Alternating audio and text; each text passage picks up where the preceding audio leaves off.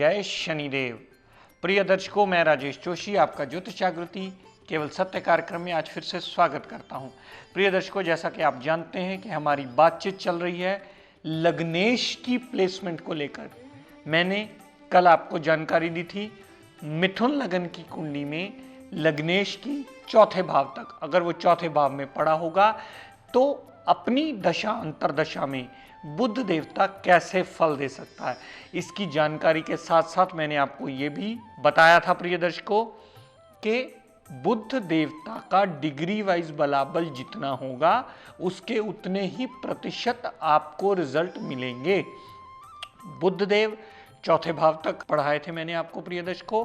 आज उसके आगे बात करते हैं बुध देव अगर पंचम भाव में पड़े हुए।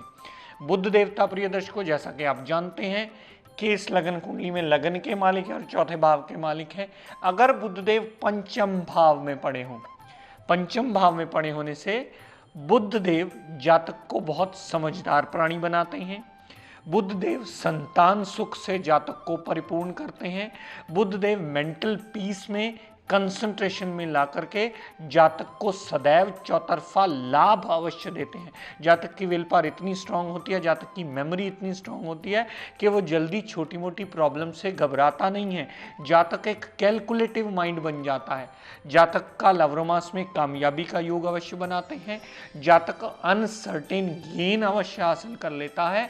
तो पंचम भाव में आए हुए बुध देवता अपनी दशा अंतरदशा में सदैव जातक को लाभ अवश्य देते हैं। पंचम भाव के सारे लाभ जातक अवश्य गेन कर लेता है। यहां से बुध देव ने जितनी दृष्टि 11वें भाव पर डाली, बुध देवता की 11वें भाव पर डाली हुई दृष्टि बड़े भाई बहन से लाभ अवश्य दिलवाती है। जातक को लाभ की कमी कभी नहीं आती। जातक कैलकुलेटिव माइंड होने के साथ साथ अगर छोटी मोटी हेल्थ प्रॉब्लम आएंगी तो वो निकल अवश्य जाती हैं बुध की दशा अंतरदशा में। तो बुध देवता पंचम भाव के रिगार्डिंग और 11वें भाव के रिगार्डिंग हमें लाभ अवश्य देते हैं। पंचम भाव में आए हुए बुध देवता यानी त्रिकोण का मालिक त्रिकोण में आना हमें लाभ में कई गुना ज्यादा इजाफा करता है। पर प्रिय दर्शकों, पुरानी वाली शर्त याद रखिएगा कि उसमें डिग्री वाइज उतना बलाबल अति आवश्यक है। जितना उसमें डिग्री वाइज बलाबल होगा उतने ही वो रिजल्ट्स देने में सक्षम होगा आपकी कुंडली में। दर्शकों, बात करते हैं अगर बुध देव छठे भाव में पड़े हुए। छठे भाव में पड़े होने से बुध देवता की दशा अंतरदशा सदैव हर जातक को कष्ट देती मिलेगी।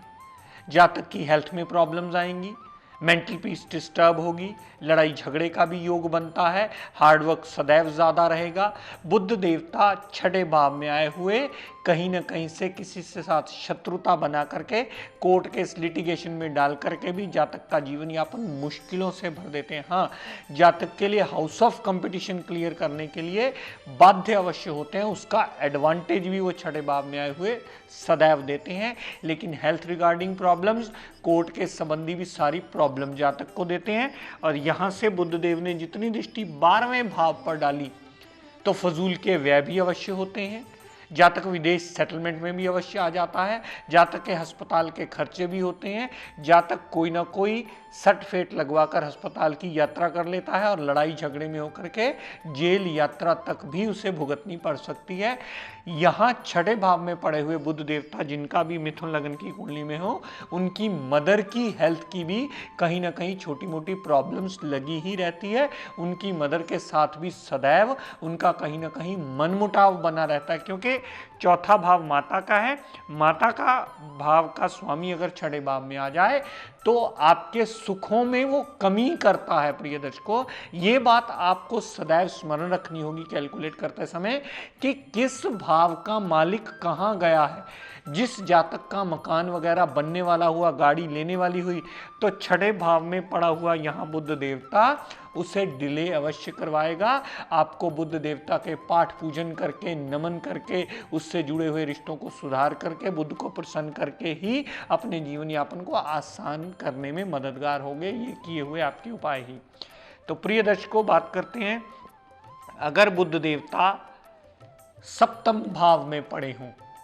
सप्तम भाव में पड़े हुए बुध देवता सदैव आपको लाभ देते मिलेंगे। यहां से बुधदेव ने जितनी दृष्टि लगन पर डाली, पर्सनैलिटी के लिए बहुत अच्छा होगा। कैलकुलेटिव और सूझवान पर्सनैलिटी, देखने में आप दूर से जातक को देखेंगे तो बहुत सूझवान पर्सनैलिटी लगेगी। जातक बहुत समझदारी वाली बातें करता मिलेगा। ये जातक की एक पर्सनैलिटी में बहुत बड़ा प्लस पॉइंट आ जाता है कि दूर दूर से लोग उससे राय लेते हैं आकर के। वो जो भी अपने दिमाग से सोच समझ कर किसी को राय देता है वो उसके लिए सदैव शुभ फलकारी होती है। तो सप्तम भाव के रिगार्डिंग भी हमें पूर्णतः पॉजिटिव रिजल्ट मिलेंगे। हमें सप्तम भाव के रिगार्डिंग पार्टनरशिप के लिए लाभ मिलेगा। हमें सप्तम भाव से दाम्पत्य सुख भी अच्छा होगा और डेली वेजेस के भी नित्य नवे रास्ते खुलते ही मिलेंगे। तो प्रिय दर्शकों, बुधदेव सप्तम भाव में आए हुए हमारी कुंडली में एक प्लस पॉइंट लेकर के आते हैं। लेकिन प्रिय दर्शकों, जैसा मैं हमेशा हर एपिसोड में तकरीबन आपको याद करवाता आया हूं, अगर किसी एपिसोड में मेरे पास समय का अभाव हो और मैं ये याद करवाना आपको भूल जाऊं कि डिग्री वाइज बलाबल आपको स्वयं अपनी कुंडली में बैठकर देखना है कि ग्रह कितना बलाबल लेकर के बैठा है, उतने प्रतिशत रिजल्ट आपको मिलने वाले हैं। अगर ग्रह डिग्री वाइज कमजोर होगा तो आपके रिजल्ट्स में कमी आएगी। अगर डिग्री वाइज ग्रह बलाबल में होगा तो आपको पूर्णतः वो रिजल्ट मिलेंगे जो मैं आपको व्याख्यान में बता रहा हूं। सप्तम भाव में पड़ा हुआ पार्टनरशिप से लाभ, दाम्पत्य सुख में लाभ, डेली वेजेस में एडवांटेज, और यहां से जितनी दृष्टि पर्सनैलिटी में डाली उसके भी सारे एडवांटेज जातक को अवश्य मिलेंगे। दर्शकों, बात करते हैं बुधदेव अगर अष्टम भाव में पड़े, अष्टम भाव में पड़े हुए बुध देवता फिर वो योग कारक नहीं रहेंगे, फिर वो मारक बन जाएंगे। क्योंकि अष्टम भाव में आए हुए बुध देवता कभी भी कमजोर नहीं हुए, वो अशुभ हो गए हैं। जिसके भी हैं और जिसकी भी महादशा चल रही है, मैं इस मंच के माध्यम से आपको इसकी विस्तृत जानकारी देता हुआ बता दूं, जिसका भी बुध देव इस लगन कुंडली में अष्टम भाव में पड़ा होगा उसकी सारी जिंदगी ऑब्स्टेकल्स में ही निकलेगी। बुध की दशा अंतरदशा सदैव चौतरफा प्रॉब्लम्स देती ही मिलेगी। क्यों?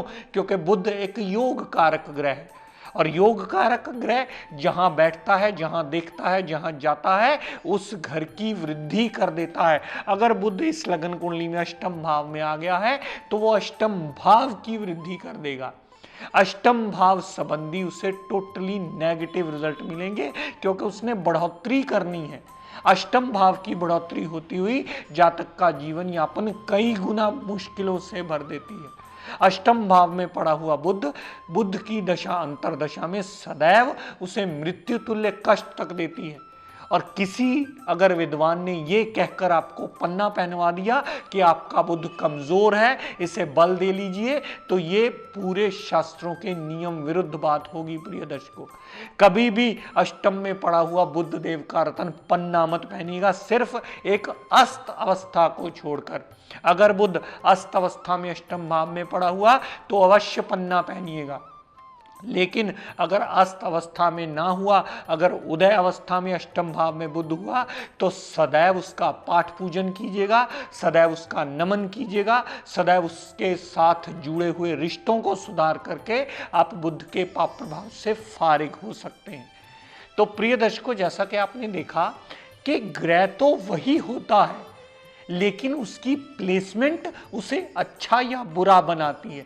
जैसे हम आप एक जिंदगी में एक एग्जांपल आपको देके समझा दूं कि मान लीजिए एक परिवार में दो बेटे हैं। बेटे तो वही हैं प्रिय दर्शकों, लेकिन अगर एक बेटा बहुत ज्यादा अच्छी गजेटेड पोस्ट पे चला जाता है, कोई कंपटीशन क्लियर कर लेता है, तो परिवार के लिए वो लाडला बन जाता है, परिवार के लिए वो अच्छा बन जाता है।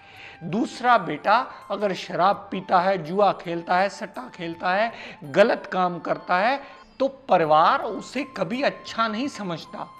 जो बाहर से उलाहने लेकर के आए, जिसके उलाहने लोगों से सुनने को मिले, तो कभी भी उसे अच्छा नहीं कहा जाता, फिर सब उसे बुरा ही कहते हैं। बिल्कुल वही स्थिति ग्रहों की होती है। जब तक वो अच्छे भाव में प्लेस्ड हैं, अच्छे अंश लेकर के बैठे हैं, अपनी दशा अंतरदशा में आपको अच्छे रिजल्ट्स देने में सक्षम हैं, तब तक वो ग्रह अच्छा रहता है। अगर ग्रह बुरी जगह प्लेस्ड हो जाए और वो अपनी दशा अंतर्दशा में अच्छे रिजल्ट्स देने में सक्षम ना हो, फिर वो अशुभ माना जाता है। और वही अशुभता को ठीक करने के आपको अलग अलग रेमेडियल मेजर्स बताए जाते हैं।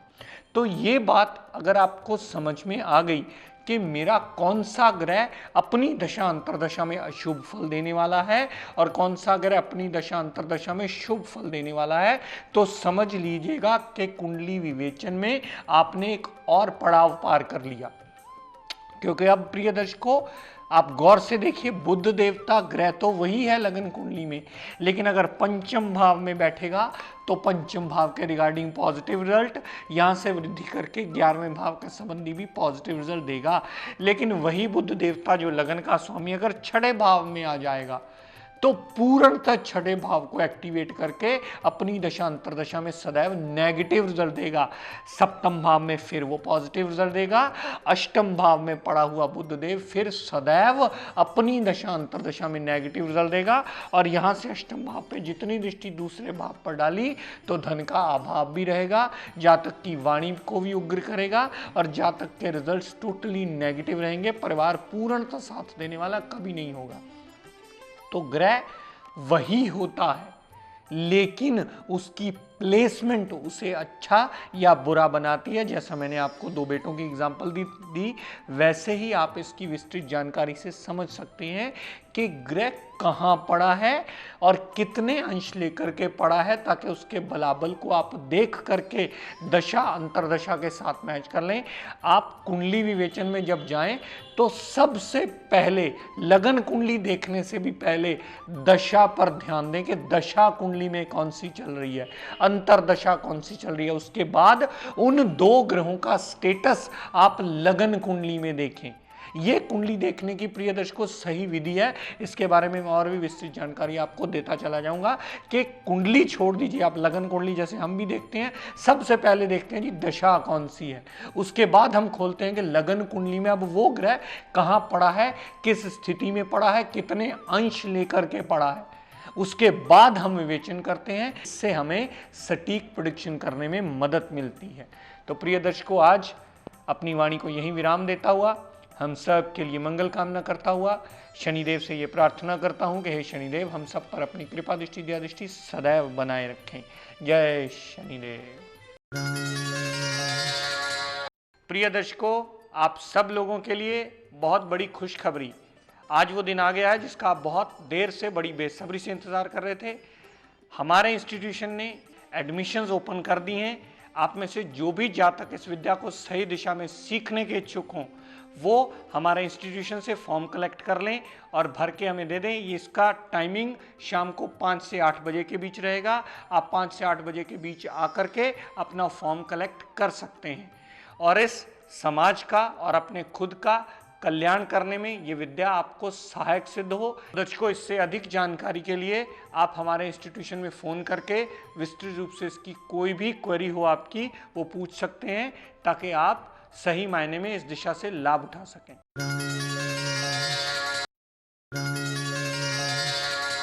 जोशी एस्ट्रो ज्ञान गंगा ग्रुप की ओर से हर साल की तरह फ्री ज्योतिष कैंप 25/11/2012 को सुबह 11 बजे से शाम 5 बजे तक 30L मॉडल टाउन लुधियाना में लगाया जा रहा है, जहां पर आपकी सभी समस्याओं का समाधान माहिर ज्योतिषियों द्वारा किया जाएगा।